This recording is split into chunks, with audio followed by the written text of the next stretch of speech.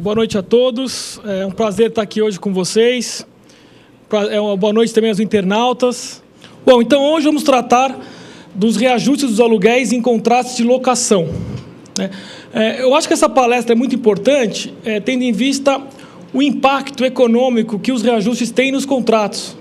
Se nós considerarmos aí a média dos últimos anos, considerando os índices que normalmente são utilizados nos contratos, então nós temos mais ou menos aí em torno de 5% ou 7% ao ano. Então, se a gente pensar um contrato de 30 meses ou um contrato de 5 anos, por exemplo, a gente está falando mais ou menos em uma oneração, em um aumento no aluguel aí em torno de 25% a 30%. Então, acho que isso realmente mostra a importância aqui do nosso tema hoje. Então, eu vou tratar com vocês hoje sobre as questões de cunho legal, então incluindo aí as questões judiciais ligadas ao assunto, e também vou trazer também alguns aspectos práticos, tá bom?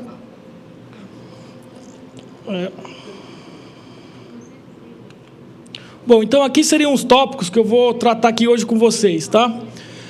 Qual é a função do reajuste, se o reajuste é obrigatório, a periodicidade, a data base, falar um pouquinho sobre a deflação. Também vamos assim, abordar também, fazer uma comparação entre o IPCA e o IGPM. Vamos falar também sobre a alteração judicial do indexador e sobre os reajustes não aplicados e as suas consequências. Bom, então qual é a função do reajuste, Todo mundo aqui sabe o que é inflação? Todo mundo tem um conceito bem formado assim do que seria inflação? Bom, inflação então é um aumento generalizado do nível de preços. E por outro lado, temos também a deflação, que é uma exceção, geralmente nós estamos mais acostumados aqui no nosso país com a inflação, mas também temos o fenômeno da deflação ou inflação negativa, que é quando ocorre uma redução do nível de preço. Então, a função do reajuste é justamente isso, corrigir os efeitos da inflação ou da deflação. Podemos dizer também que, então, ele visa corrigir os efeitos da variação do poder de compra da moeda. Bom, então, como que se dá o reajuste? O reajuste, como acho que a maioria aqui já teve algum contato com contratos de locação ou contratos diversos aí, o reajuste ele é efetuado através da aplicação de um índice que foi eleito pelas partes. Bom, nós temos aí no Brasil, inclusive o Brasil é um país que é especialista em inflação, podemos dizer que é um país que está bem acostumado, com inflação, diferente de alguns países aí, principalmente europeus, que às vezes realmente, até quando o país às vezes enfrenta um problema de inflação, a própria economia, os habitantes, eles não sabem nem como lidar com uma situação dessa. Bom, então no Brasil nós temos aí uma gama enorme de índices, e eu trouxe aqui os principais para vocês. Então temos aí o GPM, temos o GPDI, o IPC-FIP, que é da USP, o IPCDI-FGV, que, como a gente vai abordar mais adiante, ele é o que... O IPCDI é o que dá também, ele faz parte, ele integra o IGPDI. Da mesma forma, por exemplo, o IPCM, ele integra o IGPM. Temos também o IPCA-IBGE, que é o nosso índice oficial da inflação.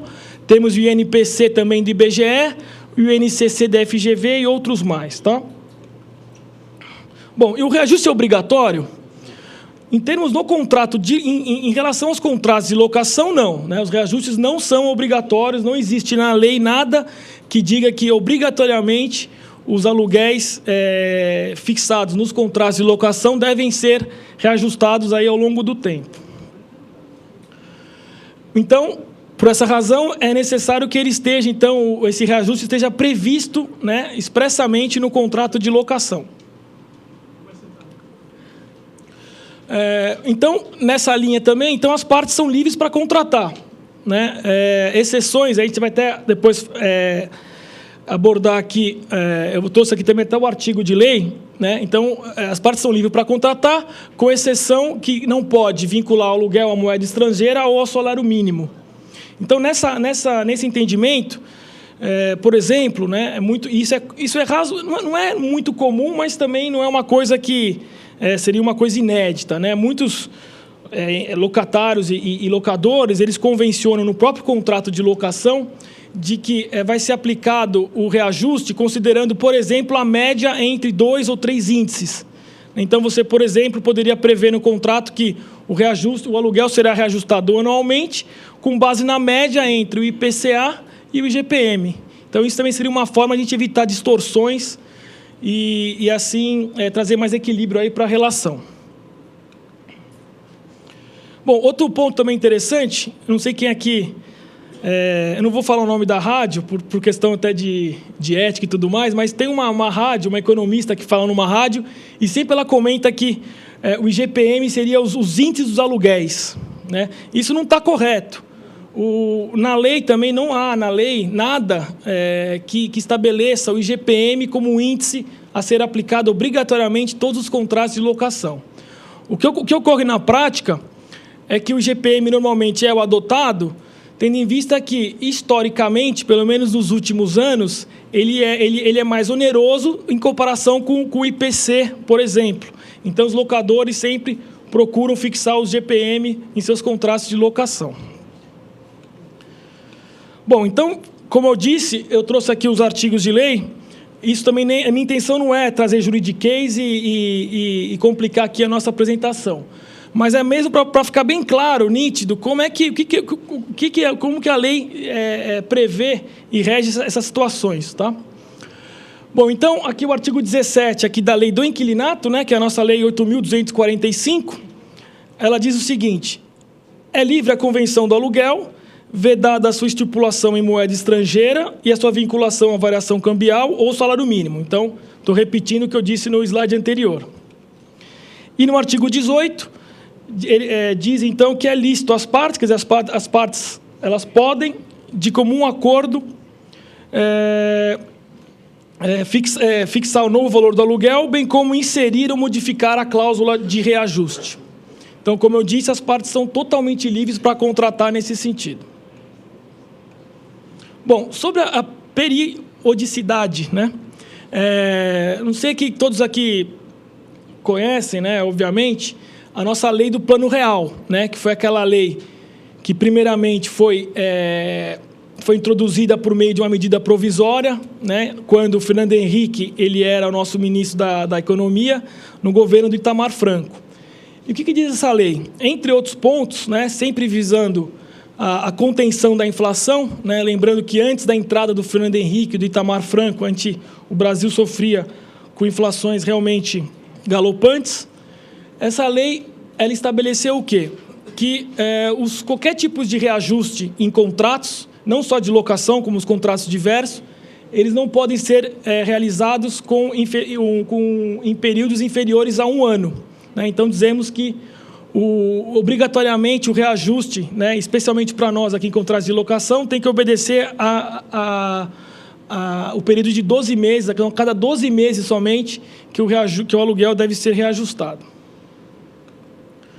Aqui eu trouxe o artigo da Lei do Plano Real, diz o seguinte: nos contratos celebrados ou convertidos em real, com cláusula de correção monetária, por índices de preço ou por índice que reflita a variação ponderada dos custos dos insumos utilizados, a periodicidade de aplicação dessas cláusulas será anual.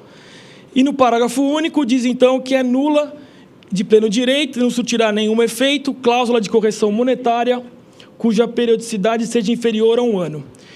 Então, o que quer dizer que é nula? Né? Então, se tem um contrato de locação onde prevê que o reajuste será aplicado a cada 3 meses, a cada 6 meses, né, essa cláusula ela é nula, quer dizer que ela não existe. Então, se o locador impor essa cobrança do aluguel, lançar no boleto, ou então entrar com uma ação judicial cobrando esses reajustes, o locatário, pautado, embasado nesse artigo, ele pode, então, pedir para o juiz declarar essa cláusula como nula e por consequência, o aluguel será reajustado, então, anualmente.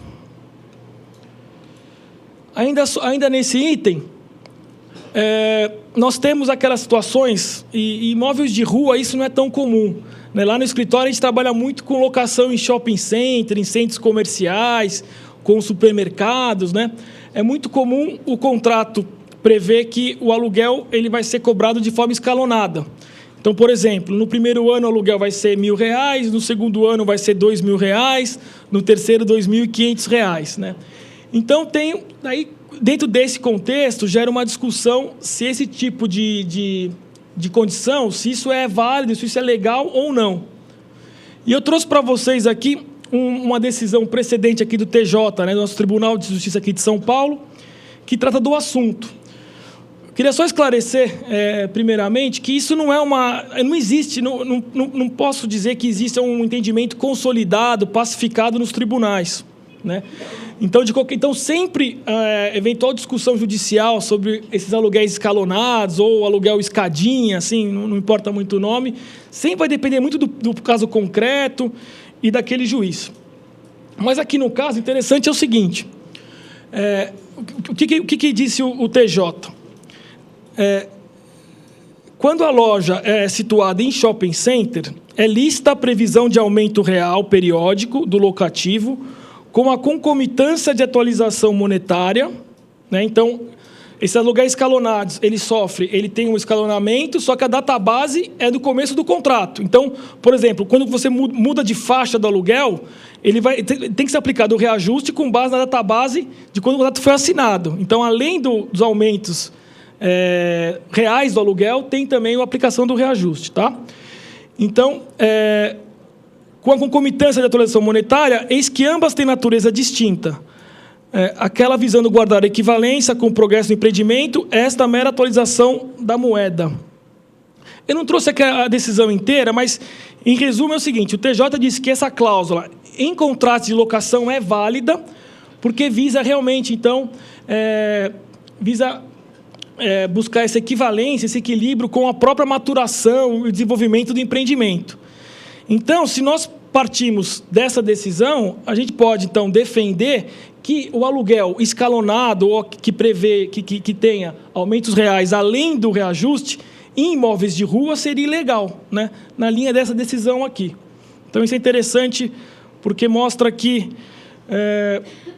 como esse assunto ainda também tem ainda um campo vasto de discussão, né? Eu acho que realmente ainda falta uma pacificação, entendimentos mais firmes aí sobre essa situação. Eu, particularmente, não concordo muito com essa decisão, porque imagine, por exemplo, um shopping, né? O Shopping Iguatemi, que é o primeiro shopping do Brasil, né? Que é de 66. É um shopping já consolidado, já maturado. Então, não se justifica você pensar um aluguel escalonado num shopping que já existe há muitos anos, porque o shopping não vai maturar e se desenvolver. Mas, na prática, o que a gente enxerga é que existem realmente vários shoppings aí, o Center Norte e outros, que trabalham com esse tipo de aluguel. E, por outro lado também, eu já li algumas decisões, inclusive, e doutrina também, né, advogados, juristas, falando sobre o assunto, onde eles disseram que, não, olha, o aumento real, e eu também não deixo de concordar em certo ponto, o aumento real, além do reajuste, nada mais é do que você estabelecer um tipo de desconto nos aluguéis, né? Então, você imagina que eu tenho um aluguel, eu tenho um contrato onde o aluguel é R$10.000, e diz assim, no primeiro ano, o locatário vai ter um desconto de 10%, no segundo ano, de 5%. Então, nada mais é, na verdade, do que um aumento real, né? Então, se o desconto é uma coisa pacificada, né, não existe dúvida que o desconto, principalmente imóveis comerciais, né, uma prática corriqueira, não tem por que você vedar, né, você buscar uma intervenção judicial, né, em cima de algo que é uma prática de mercado, dentro dos nossos usos e costumes. Por isso que eu não concordo muito com essa decisão aqui. Então, sobre a database, né, a database também é algo muito importante em relação ao reajuste do aluguel. A database é aquele mês, geralmente, que vai ser utilizado como a mês que vai ser usado como referência para a aplicação do reajuste. Então, por exemplo, eu tenho um aluguel de R$1.000 e coloco lá que a database é janeiro de 2012, por exemplo. Então, quando eu for aplicar o próximo reajuste né? Que o aluguel vigorar a partir, então, de janeiro de 2013, né? Lembra que são 12 meses. Eu vou fazer o cálculo utilizando a database janeiro de 2012 até dezembro de 2012, para dar justamente os 12 meses. Né? Eu não posso utilizar janeiro de 2012 e também janeiro de 2013, porque daí eu estaria fazendo um reajuste utilizando 13 meses e não 12 meses. O que é importante a gente deixar a database realmente expressa em contrato é justamente para evitar discussão, né, e interpretações contraditórias. Por isso que a minha recomendação, a nossa do escritório lá, realmente sempre deixar a database expressa para não ficar qualquer dúvida. Agora, o que acontece e isso acontece muito, quando o contrato não estabelece expressamente a database? Aí você pode usar ou a data do contrato, ou então a data de início do prazo de vigência, que geralmente é a mesma data do contrato, né, para aplicar o reajuste. E nessa linha também, é importante também dizer que em termos de reajuste, como eu vou até passar um pouquinho adiante aqui para vocês depois, vale também muito o que está sendo aplicado pelas partes. Então, por exemplo, eu tenho um contrato que o prazo de vigência inicia em janeiro, e ele foi assinado em novembro. E por questões a coisa foi prosseguindo, e o locador, por exemplo, ele só cobrou database considerando novembro. Se o inquilino pagou aquilo e ficou isso durante 1, 2, 3 anos, a database virou novembro, né? Por outro lado, se o locador ou inquilino ele considerou como database sendo janeiro, a data de início do contrato, e isso foi se aplicando ao longo do tempo, então a database ficou sendo, então, por tacitamente, podemos dizer assim, a data, no caso, janeiro, que é a data inicial do prazo. Outra coisa também, então, as partes também têm, como eu falei, ampla liberdade para contratar o reajuste, né, o índice, etc., e também são livres para fixar a database. Então, é muito comum também em shopping também, que eu acho que é um exemplo bacana para passar para vocês, aqueles shoppings que estão em construção. Então, eu assino um contrato hoje para um shopping que vai inaugurar daqui 2 anos. E daí, no contrato do shopping, por exemplo, ele coloca assim, olha, database, a data de assinatura, a data de hoje, né? E daí se convenciona no contrato que será reajustado o aluguel da data de assinatura até a inauguração do shopping, né? E depois de inaugurado, essa data de inauguração do shopping vai se tornar a database oficial para vigorar até o final do contrato. Então, só é importante ficar claro isso, as partes são livres mesmo para contratar a database. O que não é recomendável, e temos que tomar muito cuidado, principalmente aí do ponto de vista do locador, né, considerando que o Brasil tem uma tendência muito mais de inflação do que de deflação, é fixar, né, delimitar a database futura, né, porque nós não sabemos qual vai ser a inflação no futuro.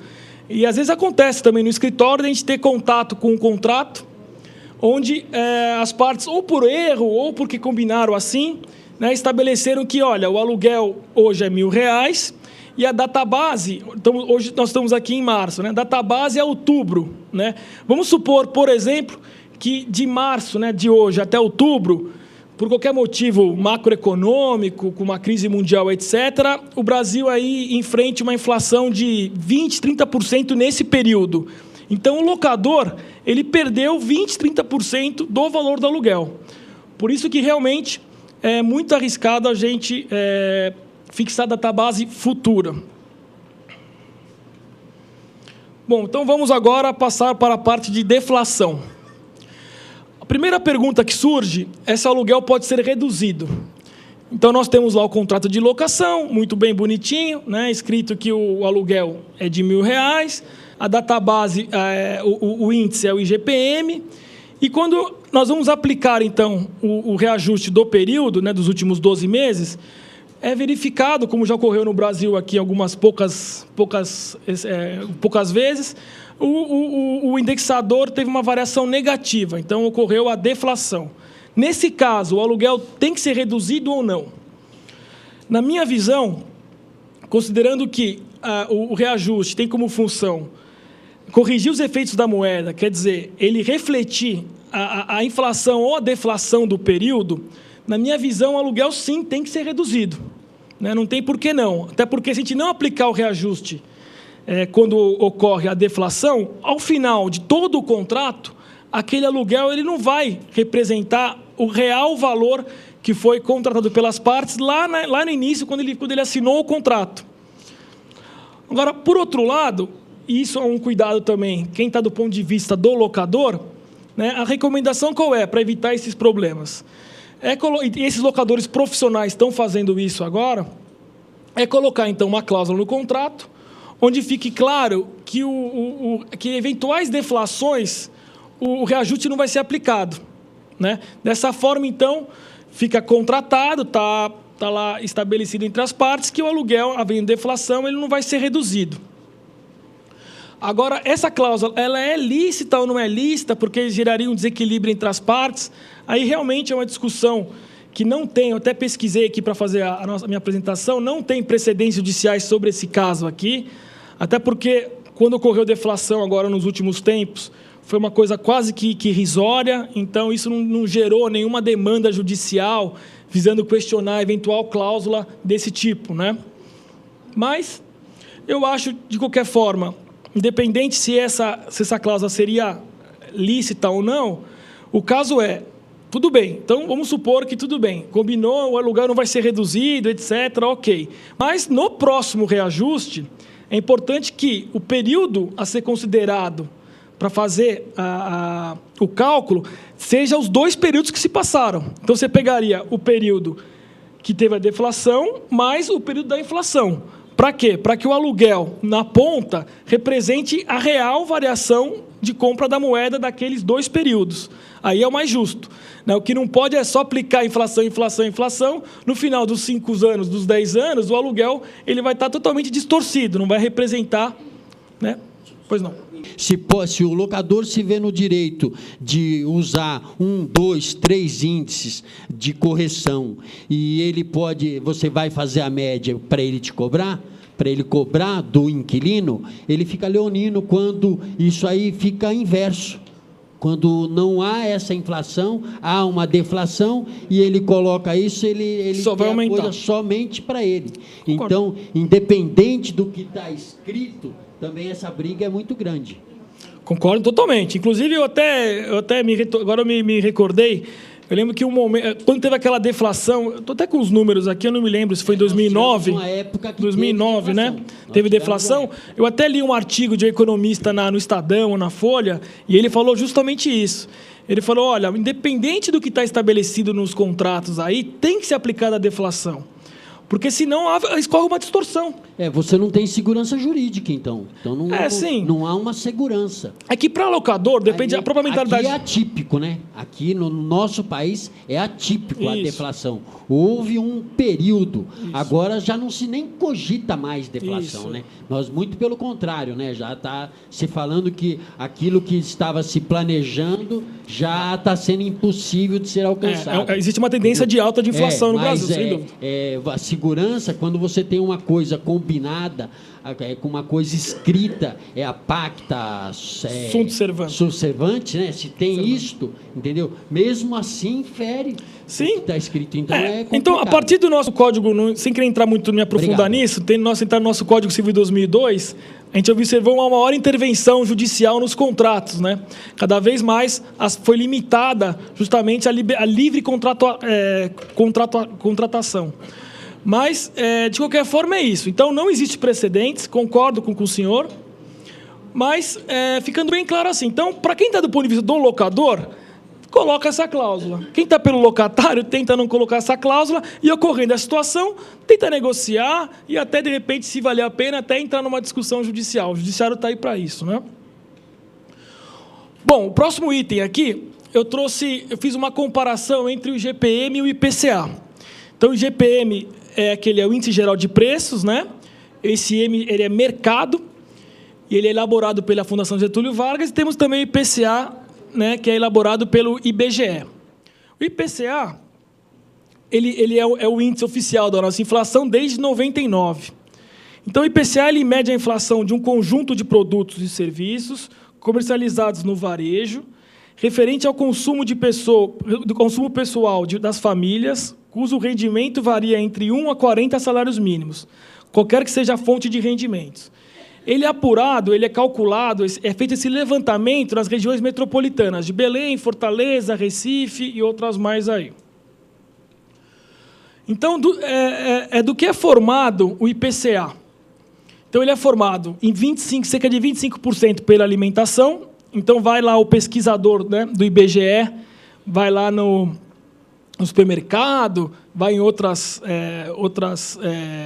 tem outras fontes também de apurar esses valores, e ele vai verificar se aquela gama de produtos, aquela cesta de produtos, teve um aumento no período.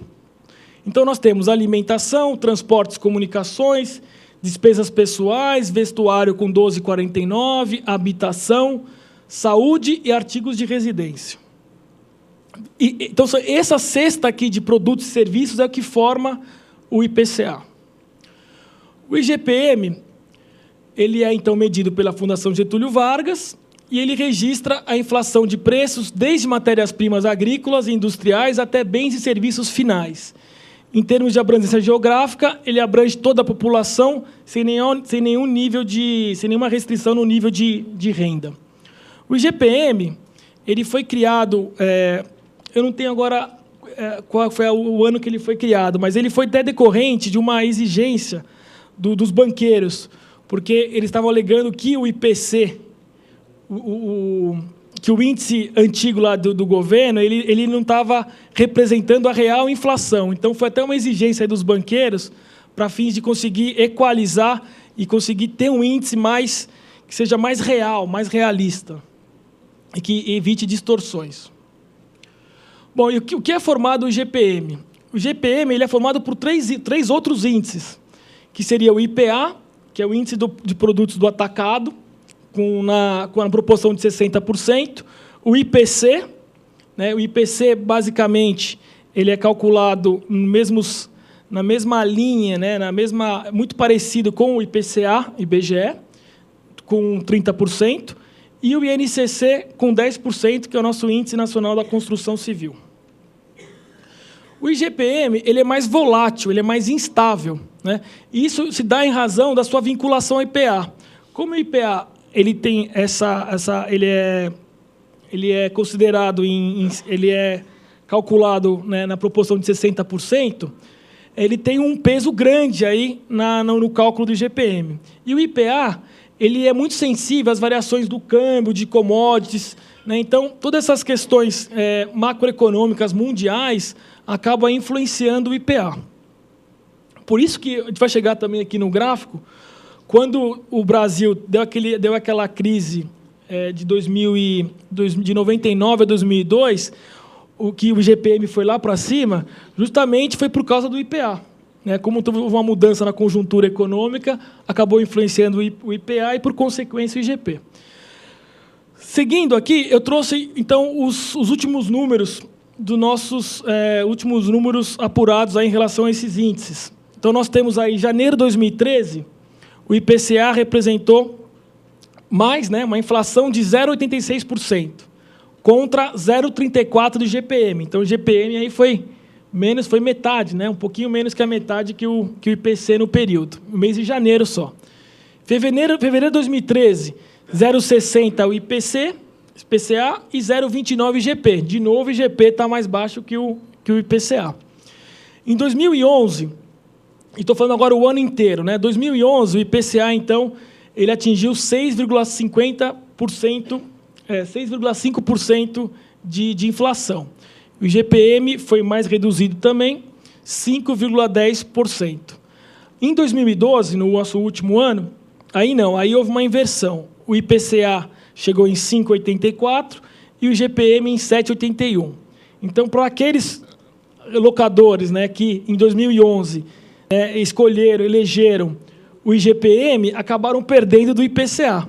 E, por outro lado, agora, em 2012, ele também, quem elegeu, e a maioria sempre elege o IGP, teve aí um certo ganho em cima do IPCA. Trouxe aqui para vocês agora um gráfico comparando os dois índices de 95 até 2010. Então, falando em deflação, a gente verificou a deflação em 2009, né, do IGPM, de 1,71%. Justamente em razão da sua instabilidade, porque ele é muito volátil, né, como eu disse. Né? Então, o IPC ele tende a ser mais linear, né, pelo menos nos últimos tempos. Tá? Então, vamos lá. Podemos ver aqui, em 95, o IPCA chegou em 22,41. Foi a crise do Plano Real. Né? Foi ali que o Lula teve a oportunidade de vencer aí o Fernando Henrique e acabar assumindo a presidência, graças um pouco a essa crise aí que foi bem grave. Em comparação, no mesmo ano, o IGPM representou ali 15,24. Depois a gente percebe aqui, praticamente o IGPM sai na frente, né? Continua sendo muito mais oneroso. Então, nós tivemos aqui em 2001, em 1999, ali uma elevação de 20%. Em 2000, ficou em 9 contra 5 lá do IPCA, depois ficou em 10 contra 7, e depois, em 2002, outro salto para 25,30. Em 2002. Isso. Não foi lá embaixo, não. Ali foi o estabelecimento do Plano Real. Quando teve realmente estabelecimento do Plano Real... Verdade, desculpa, verdade, tem razão. Estou falando errado aqui. A crise do Plano Real foi em 2002. Foi aqui em 99, está certo. 2002. Bom, aqui em 2002, quando teve esses aumentos aqui no IGPM, até o escritório, a gente viu na Justiça aí, teve uma grande discussão sobre... em várias empresas, etc., né, entraram com ações judiciais visando revisar os contratos que eles tinham celebrado com base no IGPM, porque teve esse salto mesmo para 25%, né, que acabou desequilibrando aí as relações, etc.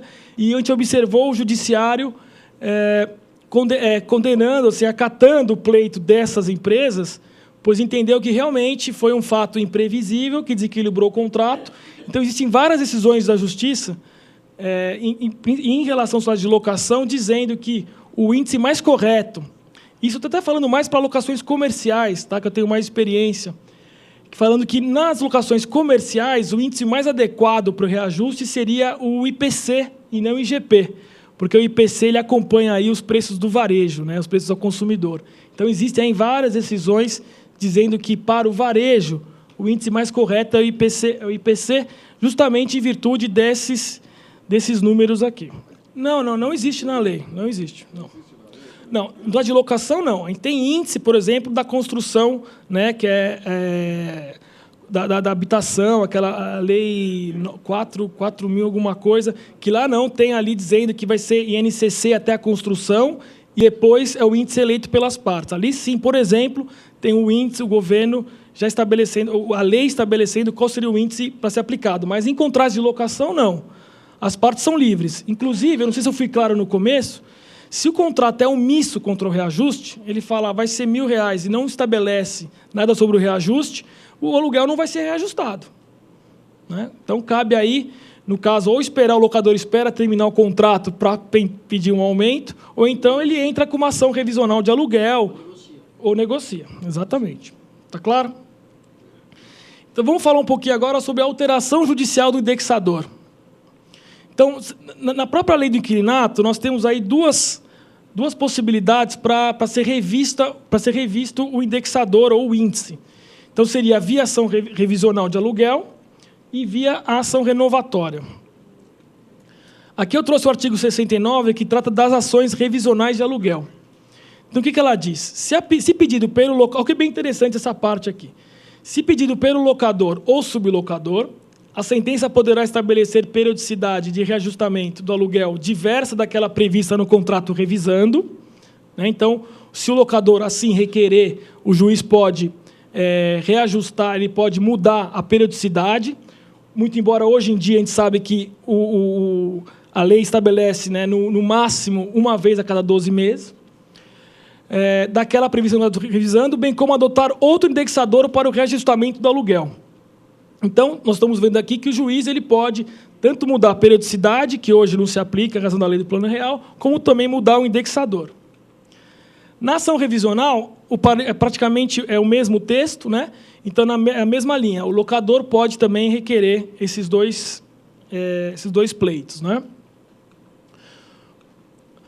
Agora, o que acontece?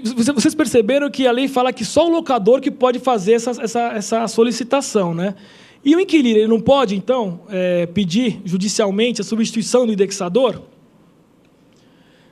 Eu entendo, até porque eu puxo um pouco sardinha para o meu lado, que eu trabalho muito com as redes de lojas e com locatários, né? Eu acredito que sim. Não tem porquê só o locador está autorizado a fazer esse tipo de requerimento, ingressar com uma ação desse tipo. Isso com base no princípio da isonomia, que é um princípio constitucional. Então, todos são iguais perante a lei. Não tem razão, né, de só uma parte poder exigir uma revisão, um equilíbrio aí contratual. O que acontece, né? A lei do inquilinato é a nossa Lei 8.245 de 91. E ela foi promulgada num cenário de inflação galopante. Vamos ver aqui. Vocês podem verificar, em 1990, se a gente considerar o período de 94 para cá, de 80 para cá, ela atingiu o ápice da inflação justamente em 90, um ano antes da promulgação da lei do inquilinato. Então, por isso que o legislador, né, a gente chegou aí em 82%. Por isso que o legislador ele concebeu toda a lei com a ideia de evitar que os locadores, né, arcassem com prejuízos em razão dessa inflação muito, muito forte mesmo, né? Então, antigamente, com a inflação que nós tínhamos aqui, cada mês que passava e o aluguel não era reajustado, o locador estava efetivamente perdendo, né? Porque aquele aluguel que ele contratou não representava mais o poder de compra que tinha na época. Então, por isso que o legislador, em 91, promulgou a lei e só pensando do ponto de vista dos locadores no caso. Infelizmente, tem ainda alguns, poucos, é verdade, mas tem ainda juiz, né, etc., que ainda acha que não. A lei fala que só o locador que pode, só o locador, então, que estaria autorizado a fazer um pleito desse tipo, né, que não tem a menor razão de ser. Bom, então, passando aqui para o outro ponto, tem uma outra situação que é muito comum também, é aquela situação em que o locador esquece de cobrar o reajuste do aluguel, né? E é muito comum também locatários, até de imóveis mais residenciais, etc., que pagam diretamente na conta do locador, né? E o locatário, ele não vai se lembrar disso, né? Até porque, normalmente, a pessoa não tem nem controle, não tem nem informação sobre isso, ele não vai lembrar de, passou 12 meses, o próximo aluguel tem que aplicar o reajuste. E ele vai lá e paga o aluguel antigo, e vai pagando, o locador também, às vezes, não tem conhecimento, a coisa vai passando, problema de organização, de administração, a coisa vai passando. O que acontece nessas situações, né? O senhorio, então, o locador, ele pode cobrar as diferenças desses reajustes não aplicados? Essa é uma questão que surge. E nesse ponto, também é algo que sempre no direito a gente não pode nunca dar uma certeza absoluta, mas isso aqui já é um ponto que é um pouco mais já aceito aí pelos tribunais, que é o quê? Se o locador, por um longo período, né, por um período razoável de tempo, recebeu os aluguéis sem o reajuste e sem fazer nenhuma ressalva, então ele não pode depois cobrar aquelas diferenças dos valores que não foram cobrados na época oportuna. Isso aqui é o que diz aqui a nossa decisão aqui. E, muitas vezes, isso pode representar valores consideráveis, né? A gente pega os aluguéis, às vezes, de 100, 200 mil reais, se a gente pegar aí 5%, né? E você pegar isso em 12 meses, dá valores aí significativos. Agora, a segunda questão que surge em ocorrendo essa situação do locador receber os aluguéis sem nenhuma ressalva, sem nada, como então que seria aplicado o próximo reajuste? Ele tem que considerar todo o período, né, desde o período que ele não aplicou o reajuste, ou só aplicar o dos últimos 12 meses?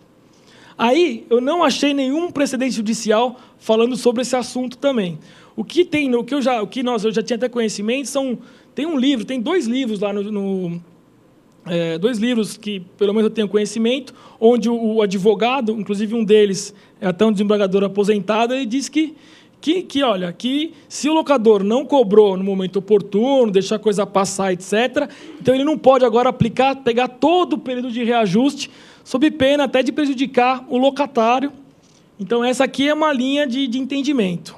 Como eu disse, isso não está pacificado também, não é uma coisa certeza, mas quem aqui tiver um problema desse pode depois me perguntar, me vir falar comigo, que eu até indico qual é esse livro aqui para uma eventual defesa numa ação. Eu não sei se eu concordo muito com isso, não, porque a pessoa pode esquecer, né, tudo mais. Agora, voltando lá para o início, como a ideia do reajuste é corrigir os efeitos da moeda de todo o período, no meu entendimento, o mais correto, tudo bem, não pode cobrar as diferenças. Né? Ok, isso foi como se fosse um acordo tácito, alguma coisa assim. Agora, o próximo reajuste, na minha visão, tem que ser aplicado dada a database correta, de todo o período. Tá? Bom, foi isso então, pessoal. Doutor Daniel. Agradeço muito. Antes de terminarmos, um internauta mandou um e-mail aqui. Sim. O doutor Leonardo Jacoberti, corretor de imóveis e advogado. Ele pergunta o seguinte: a valorização imobiliária eleva o valor da locação. E durante o contrato em curso, qual o melhor momento para repassar a valorização imobiliária ao valor do aluguel? Elevado ou no vencimento do contrato? Se por prazo determinado ou na época do reajuste anual? E no caso da alocação por prazo indeterminado? Sim. Vamos lá. Bom, primeiro, Leonardo, obrigado pela pergunta. É o seguinte... primeiro, assim, um contrato por prazo determinado, aquele aluguel tem que ser cumprido. Então, mesmo que tenha existido uma valorização absurda na região, naquela localidade, isso por si só não é motivo para o locador exigir um aluguel acima do contratado. Né? Por outro lado, o locador pode, aí está previsto na lei do inquilinato também, a chamada ação revisional de aluguel.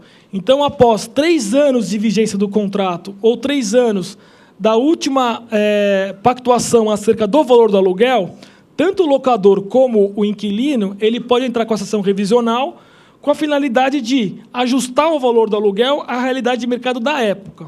Então, com prazo determinado, ele entra com uma ação revisional ou ele negocia com o inquilino. Ele não pode, em virtude de uma eventual valorização imobiliária, exigir um aluguel acima do contratado.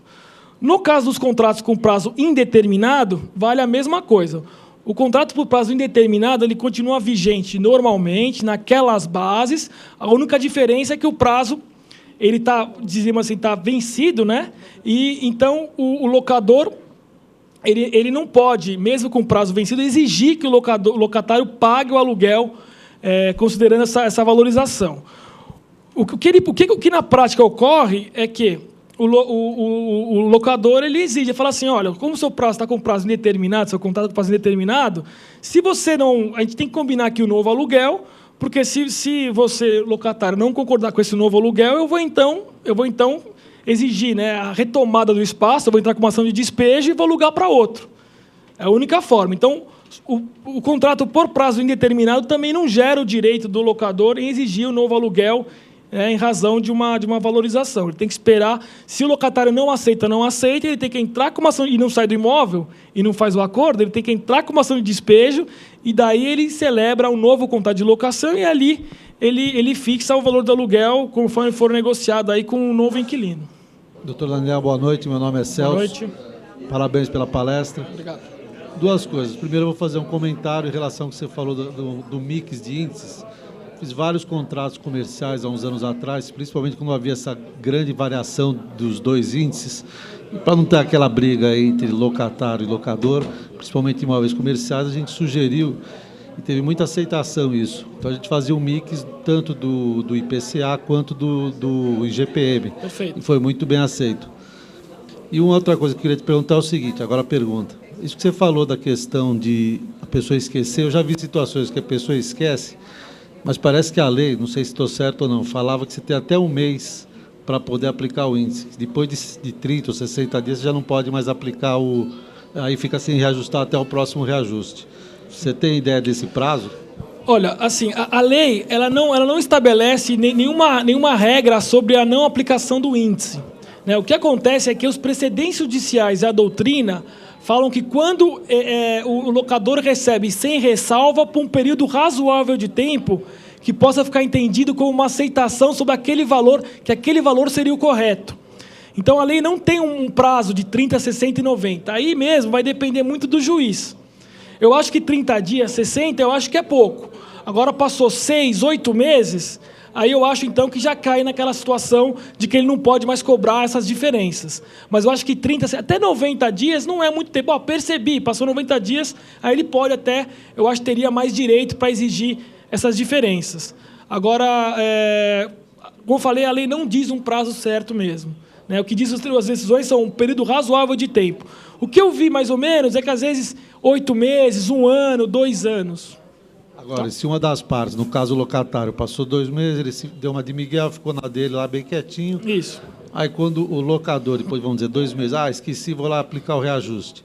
E o outro lá não quiser pagar, por exemplo. Aí vai ter que ir para o... Se ele não pagar, ele tem 2 opções. Ou aceita, ou então ele entra com uma ação de despejo por falta de pagamento, ou entra com uma ação de execução, cobrando só aquela diferença.